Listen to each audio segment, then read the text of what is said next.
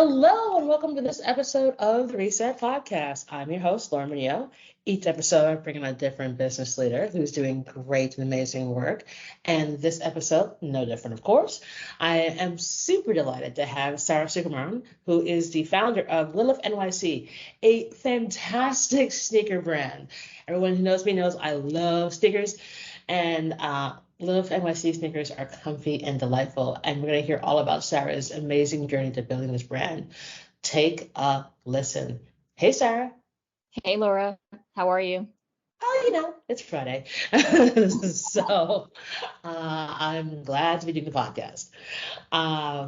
As you know, the podcast starts off with the same question every single time. I'm always delighted by the answers. I think you'll be no different. So, Sarah, what was your first job? My first job. Okay, so it could be anything. It doesn't have to be like out of college. It could be anything it might be. I'm gonna go way back. So I was actually unintentionally a tutor. When I was in grade school, I started tutoring kids. It was not my intent to tutor. The principal and a couple of parents started talking about how I did really well in math and they needed me to tutor their children. And so I was kind of put on the spot. But yeah, that was my first gig, was tutoring at very low pay. Tutors make so much money these days. I did not price accordingly, but that was my first gig. So what were you tutoring for? What'd you say? I'm sorry. Tutoring math. What were you tutoring for? Yeah. And how did you not know the price? What about high?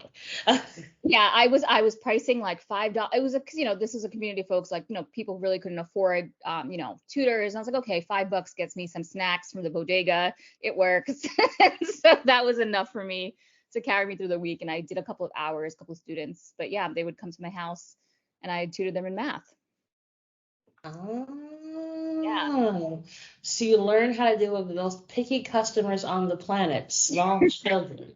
Small children, and their parents. And their parents, which is even worse. So that I'm sure prepared you for dealing with all kinds of people as you worked in business. Definitely. Okay, so you go from tutoring little ones in math to founding Lilith. What was the journey between there to get to where you are now? Absolutely not linear. So I actually just absolutely not linear. Just if I look back, this was not what I thought I'd be doing. I graduated from Babson. It was a 4-year business program. Really thought, I think, upon graduation that I wanted to pursue like consulting, something in that realm, working for a Big Four. That didn't happen. I actually graduated in 2008, which was, the financial crisis. So finding a job right out of school was very difficult. I actually landed a job at an email marketing company called Cheetah Mail. They were based in New York. They were actually acquired by Experian. So bit of a startup / corporate life there. And on that job, I actually became very technical, kind of like, tapped into my coding skills from my MySpace and AOL days. And I think that's kind of what put me on the path to be, building software and building analytics platforms. So I actually, jumped a couple of jobs in the startup world, fell into product management, learned to code Python, SQL, and ended up in this very technical career, to be honest, which I did not, I didn't study it. I didn't study computer science, very much learned on the job, and fell in love with the startup world. So that was kind of my path. And then I was at a company called Giraffe. They were a merchandising analytics platform where I was head of product there for 2 years. We actually got acquired by SAP, which is the big German tech company. Spent 3 years there, which was great. Still working on the same product. And then I ended up at Nike because they had been in the middle of an acquisition, looking to acquire a predictive analytics company. They acquired a company called Zodiac, and they recruited me to become director of product to help build out that product internally for their internal stakeholders. So that's actually how I fell into the world of footwear. But I've always been a sneakerhead. Always been a sneakerhead growing up in Queens.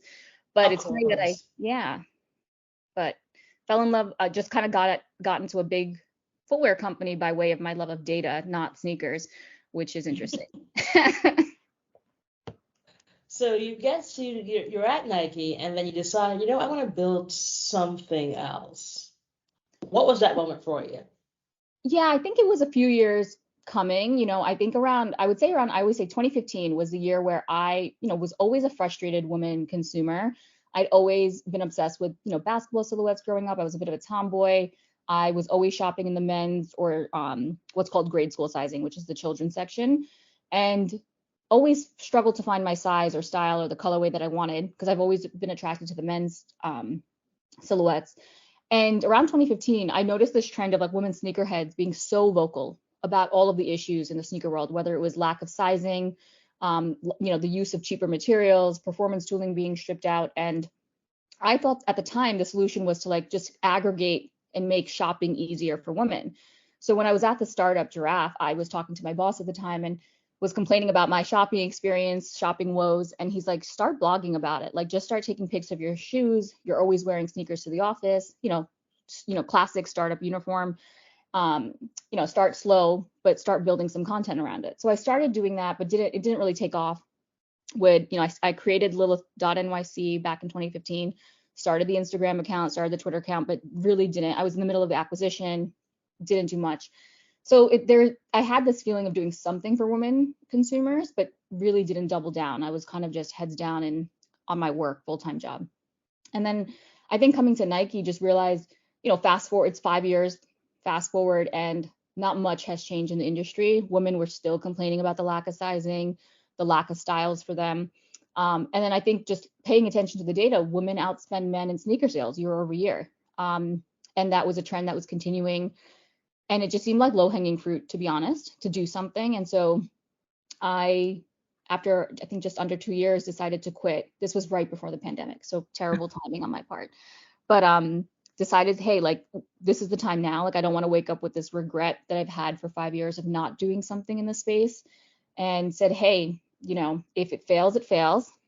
That's fine. And if it's successful, it's successful. But you have to at least take the leap and take the chance. So that was around 2020. And then you launched. And I so did. what is it like launching a sneaker brand? Because I said I love sneakers. I have no idea what it takes to actually get them on my feet, other than me Right. buying them online or in person. And nor did I, if I'm being completely honest. I think I I spoke to a lot of women just to get their thoughts, right? And this was probably around 2019 where I was doing this. I've always paid attention to women's feet. Like, I used to work downtown in the Wall Street area, and women would always be schlepping multiple bags of Mm-hmm. footwear, of bags, right? The tube socks with the sneakers.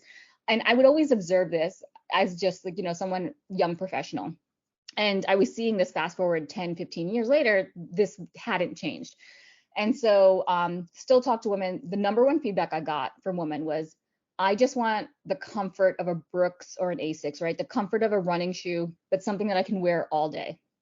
That was hands down the number one feedback I got from a ton of women I was just like casually talking to in 2019. And so I knew that I needed to index on building performance into lifestyle. So not quite designing a running shoe, but the comfort you would get from that in a everyday sneaker. And I knew that I couldn't show up in the sneaker world with poor creative, right? Because the big brands, they do it so well. They have massive marketing budgets. So I knew that I had to have a really strong brand ethos coming out of the gate, that it couldn't just be like pretty product photography. So in 2020, my main focus, and building during COVID was perfect because all you have is time. And so I kind of built the brand ethos and the footwear development kind of in tandem. We had two different teams that I had brought on to kind of really build out, like, where do we stand in the market? How are we going to show up? How are we going to communicate to our women consumers? And, what is the footwear going to look like? And I thought footwear can be done in like 6 weeks. Like, you get to tech pack, which is what you send to the factory, like the design, the requirements. And that was not the case. Like, I very quickly realized that there's so much more that goes into it. There's the storytelling, like what influenced, my designer, Sarah, her name is also Sarah, was asking me questions about my childhood. What silhouettes did I like?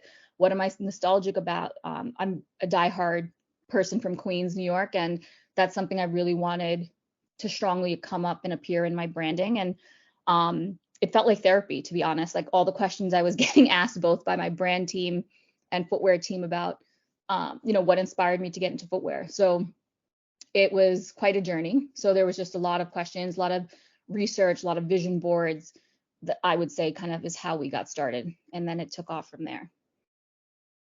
Awesome. And it's funny because obviously I found out about you because this is how the power of women connecting. My good friend Jamie was like, Laura, I know you have sneakers. I know you love women-owned brands. You have got to check out Lilith. And my friend was launching. I was like, hold on, what is Right. this? And that's I mean, one, the most incredible power of like how uh, who you know comes really handy, but also the fact that like this is where people want to be because the big change that I have seen is that I am not wearing heels anymore. Right. I, and I can look in my closet now and say that I have bought in the past year since we started to go back to work more sneakers than actual shoes. Right. And the change is like it's become acceptable. Like my boss, who's the CEO of a huge agency, wears sneakers almost every Mhm. day. And they're cool looking sneakers. Like it is not folks are just wearing like, their regular running shoes. Like people are going out and buying these very expensive sneakers. Like the demographics with regard to women and how they are approaching what they wear to work now has changed so drastically. What do you think does that mean for you guys in the industry? I mean, I think that's exactly it. A few years ago there was a stat. I think women's heels sales had dropped 37%. This was pre-COVID, that number. Right. Wow. And, and I would say because we had the trend of being more casual in the workplace far before COVID, right? A lot of startups were popping up. A lot more people were taking on athleisure was booming even prior to Mhm. COVID. And so that stat was in my early deck, before COVID, in terms of, hey, this is a big trend now. Like women are moving away from heels in the workplace, moving towards more athleisure, moving towards sneakers. And so it only probably just compounded with COVID, work from home, remote life, and people just want to be comfortable. I think society has always asked women to compromise on comfort. Like I mentioned, those women who've had to trek downtown to Wall Street and they have to change their shoes and they're schlepping multiple bags, and then you're also carrying maybe outfits for your workout after work. I used to do Mhm. that. I used to go to Peloton in the studio and I used to have multiple outfits and shoes that I needed to Yep. tune into. And so I always say women are asked to compromise. And so I think finally women are saying, hey, like it's okay to style my clothing with sneakers, right? And I'm a big proponent of that. I've been a tomboy for my early life, but I'm definitely stepped into my more femme side and wear maxi dresses with my sneakers. We see that on the runway. We see that when you go to any high-end establishment, you're not being turned away when you're wearing sneakers. I remember the days of going to clubs where you would not be allowed entry if you walked in You with were wearing sneakers. sneakers, right? Right. And so it's completely different. It's completely acceptable. And you have celebrities doing sneaker endorsements, right? And I think there's a complete change in how we view heels and sneakers today. So yeah, I would say it's only helped us in the space. Yeah, it's so fascinating to me because like, I when I was at Essence Fest this year and before it was the first time I was going and my team was like, Laura, you have to make sure you get a pair of Jordan 1s. I was like, Yeah. what? Yeah. Yep. Like and so like I set out to try and find a pair of all white Jordan 1s that made sense. Hmm. And I ended up finding like the Serena Williams zip up ones because I don't want to have the same ones everybody else has. Right. But like it's the thought process of like if you had told me like I'm going to a conference for a week, it's gonna be a party, or we going to concerts, I wore those things the entire weekend. I brought Hmm. my wedges, I did not take them out the bag. Right. Um, and it was 100% accessible. And I think that is the really cool thing about that it's not that people are schlubby. It's that like you can style your outfits. Like I was wearing Farm Rio dresses with those sneakers, and people were like, I love your dress, I love your shoes, and I'm like, and we're good. Exactly. Uh, I was just going to add to that because I think historically brands have said, hey, like to fit into sneaker culture, you need to be a bit of a tomboy. You need to wear the sneakers with basketball shorts because that's how they historically styled it. I think now there's a trend, and we say this with Lilith, like women should be allowed to explore their gender, their sexuality, their style on a spectrum. So if you want to wear it with a Farm Rio dress, that's amazing. If you want to wear it with basketball shorts, that's great too. But I don't think we've ever allowed women that agency to do so. But we're definitely seeing a trend where maxi dresses, florals being paired with sneakers. But I would say the big brands are still hesitant on driving content that way, because the industry has been driven by male sport, male celebrities, male athletes. That's always been how the major footwear brands have succeeded in the past, and they really haven't done a pivot to showcase that women have multitudes, right? We contain multiples, that you don't want to put us in a box. But that's amazing that you were able to be comfortable during that festival. Yeah, I mean, that's the thing I find that I'm so psyched about with sneakers, is that it is in a way democratizing the experience. Mm-hmm. Because like some things like, oh my God, you have to wear these sexy super high heels, blah blah blah. Or what that looks like from quote unquote gender identity, and versus like wear what you want. Right. It's like style how you feel, explore your own gender identity, how you feel, and leave people alone. Like just have a good time with it.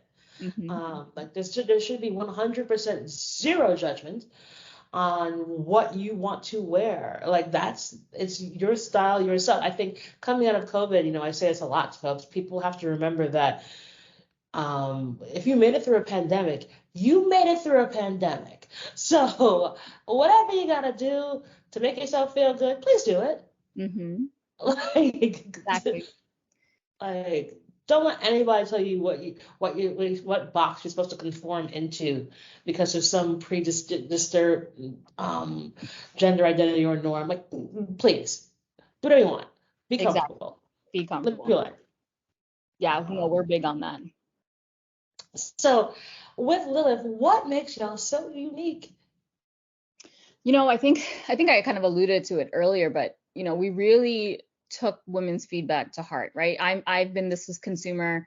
I really built this for women, not even just sneakerheads, but women enthusiasts, right? Sneaker enthusiasts. And sizing was something that everyone complained about. Like, I can't get my size. I have to shop in the men's section, or I have to shop in children's. The problem with shopping children's is that performance tooling is typically stripped out. They're not meant for performance because kids grow out of their shoes very quickly. And so we, out of the gate, carry a full size run from 5 to 14.5, including all half sizes, because we just noticed in the industry, women were just struggling to get their size, especially for like high heat sneakers, or like, high heat just means highly covetable. So that was something out of the gate that we wanted to make sure. We also use like premium leathers. Oftentimes, I think people think that women are just interested in aesthetics and not just the premiumness of like the materials going into the shoe. So like I was always envious of the New Balance drops. They always used beautiful, supple suede in the men's version. But when I looked at the women's, it always looked like a takedown. And so for us, we pay attention to the materials going in. So we work with nubuck, suede, pebbled leather, neoprene for the lining. So those are a couple of things that we just really wanted to index. And then we use a Vibram sole. So Vibram is an Italian outsole or midsole company based in Italy, and they're really well known in the performance world. So running shoes, hiking, outdoors, workwear boots, and it's a brand that's very familiar with men. And I always say, like, I want to introduce women to the level of performance that men have enjoyed for decades. And so we use them for the outsole. It's a high abrasion EVA outsole, incredibly lightweight. People tell me it's like a mattress for their feet. That's what someone told me once, or it feels like clouds. So yeah, we really took to heart those three kind of axes in terms of how we considered our product and what we wanted to kind of build out of the gate. So I would say that's kind of how we stand out in the market. Again, it's just like comfort. I mean, I listen, I have my friends from when I was younger in college, in my younger years when I was not the best at wearing heels, have many a story where Laura's like, oh my God, my feet. And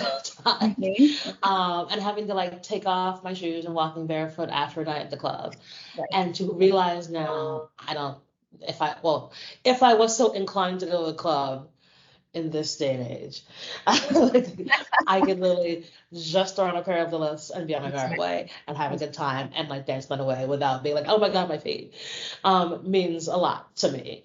But also that I think it's just such a refreshing change, and I think that's the thing that I so love about what you're doing, because the folks who are wearing the shoes are the ones now making the ones. Because like Right. this is a thing that warms my heart Mm-hmm. and want to see more of, because like you're from Queens, you know the story. Like, Right. like you know what this universe looks like. You've seen different types of shoes and you're like, nah, I'm gonna go out there and build it. So 100%. I'm so delighted.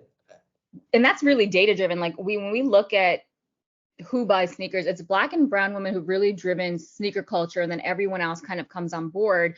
But historically, we've just been left out of the conversation, left out of brand creative, left out of the ads, left out of the decision making that goes into, what goes into a sneaker. And so that was incredibly key. Like our first campaign in Queens had women who were raised in Queens, and they were brown and Black. And that was incredibly important, because I think even when you view campaign ads today, we're often left out. And so that was important to be part of that conversation and make sure the people who drive the culture are actually included. It's like we drive the culture, we should be building the things, therefore we should win monetarily when it comes to this sort of thing. Like it's, Right. I mean, when I see the prices of some shoes on Flight Club, I'm just like, oh, sweet Jesus. Like, how much are these? Right. It's bananas to me. It makes zero sense. But I am your supporter in me. And so my next question for you is, obviously building a business in the middle of a pandemic, probably bananas. Yeah. Talk to me about the time when you had a challenge of like, there's no way we're gonna make this work, and then you did. Oh, I mean, it was every month. So we were supposed to launch. Obviously, you got to give grace with COVID, but the intent was, I started March of 20 is when I actually started the company. I thought we would be able to launch something by end of year. Obviously, that went out the window. China, I was manufacturing in China at the time. They were in complete lockdown. So we had put a new timeline for April of 21, and that didn't happen. Every few weeks, I'd get a note from the factory being like, it's going to be another 30 days. It's going to be another 30 days. That went on until finally the shoes showed up in September of 21.